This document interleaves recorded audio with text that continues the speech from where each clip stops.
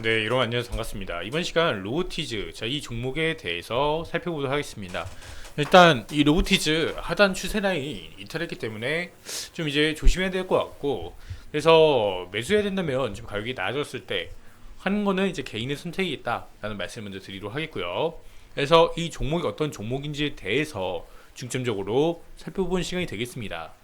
예, 보신 바와 같이 이 개미 로봇이라고 해갖고 이제 물건을 여기다 실게 되면은 이제 배송을 해주는 이런 서비스하는 로봇입니다. 근데 일단 아직까지 우리나라 시장에서 보이지가 않는 로봇이죠.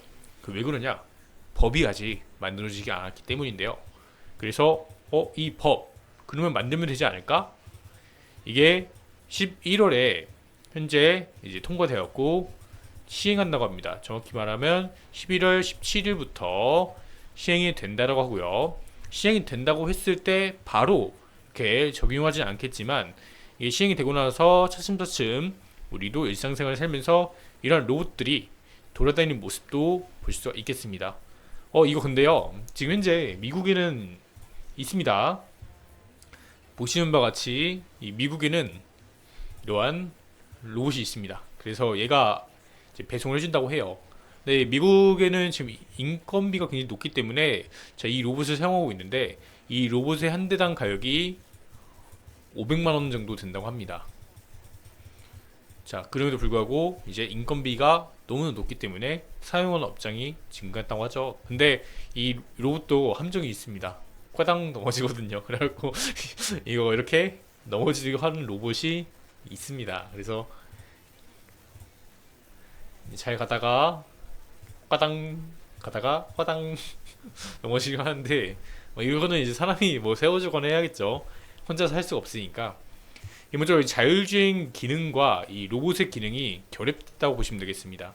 그래서 이렇게 가다가 꽈당 이 높은 문턱을 오르다가 좀 무리했나 보네요. 그래서 이런 모습들도 보여줄 수 있고요. 이런 로봇이고 이렇게 미국에 보면 이 로봇이 현재 그게 많지는 않고 한 2,000대 정도 돌아다니고 있다라고 하고요.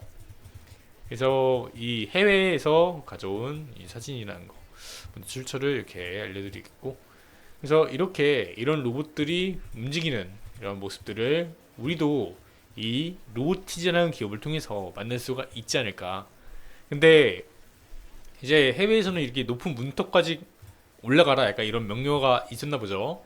근데 이거는 이제 상황에 맞게 이런 거를 잘 하게 되고 하면은 문제가 없지 않을까 싶습니다. 근데 좀 급경사나가 이런 데서는 좀 취약할 수 있겠는데 이제 좀 높은 문턱만 이제 오르지 않게끔 이런 기능만 추가 있다면 충분히 이제 문제가 없을 거라 생각하고, 일단 이 로봇이 현재 호텔에서는 사용되고 있다고 해요. 이건 호텔 로봇인데 이제 이게 노크를 해줍니다. 그래갖고 문 똑똑똑 해갖고 노크해주고 물건을 배송해주거나 수납장 공간이 넓어갖고 수건이나 이제 필요한 것들을 지급을 해준다고 합니다. 그래서 이런 부분들이 되게 좋은 부분이 있겠다라는 거고요. 로보티즈의 이 기술력은 굉장히 좋아요. 그래서 이런 엔진 이런 것도 모터도 되게 잘 만들었고, 이렇게 다이나믹 셀 드라이브 했고 세이클로이드 Ch형의 초정밀빛형 감속기로서 하모닉 감속기의 소형 경량이고 내충격성이 월등히 뛰어나다. 이런 것도 있고요. 그래서 되게 이러한 부품까지도 신경을 많이 썼다는 게 보입니다. 그래서 이러한 게 법안이 이제 언제 생긴다? 11월 17일. 일단은 호텔에서 사용하고 있는데 이 개미 로봇에도 이제 우리가 볼 수 있지 않을까? 일단 이 대당 가격에 따라서 조금 이제 보급이 어떻게 될지 어떻게 할지 이런 부분은 조금 지켜야 되는 부분이 있겠습니다.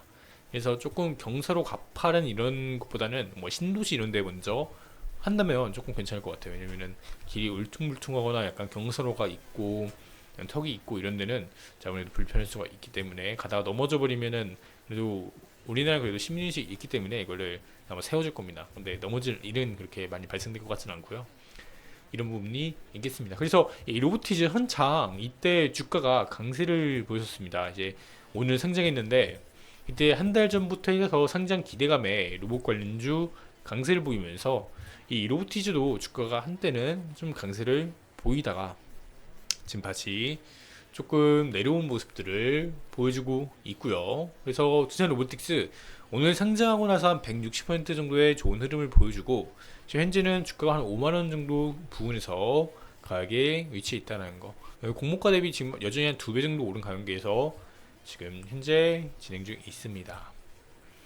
이거죠. 로보티즈 주가 강세, 지능형 로봇법 시행을 앞두고 일개미야 직개미가 부각을 받고 있다, 이런 내용입니다.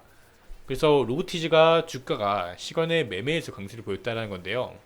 이 로보티즈 주가는 종가보다 1.5% 오른 이 3만원의 거래를 마쳤다라고 하고요. 그래서 정부가 실외 이동 로봇 산업을 촉진하기 위해 올 하반기 규제를 완화를 예고한 가운데 통신 보안 등 업계에서 실외 자율주행 로봇 서비스 기존 잡이에 박차를 가고 있다라고 합니다.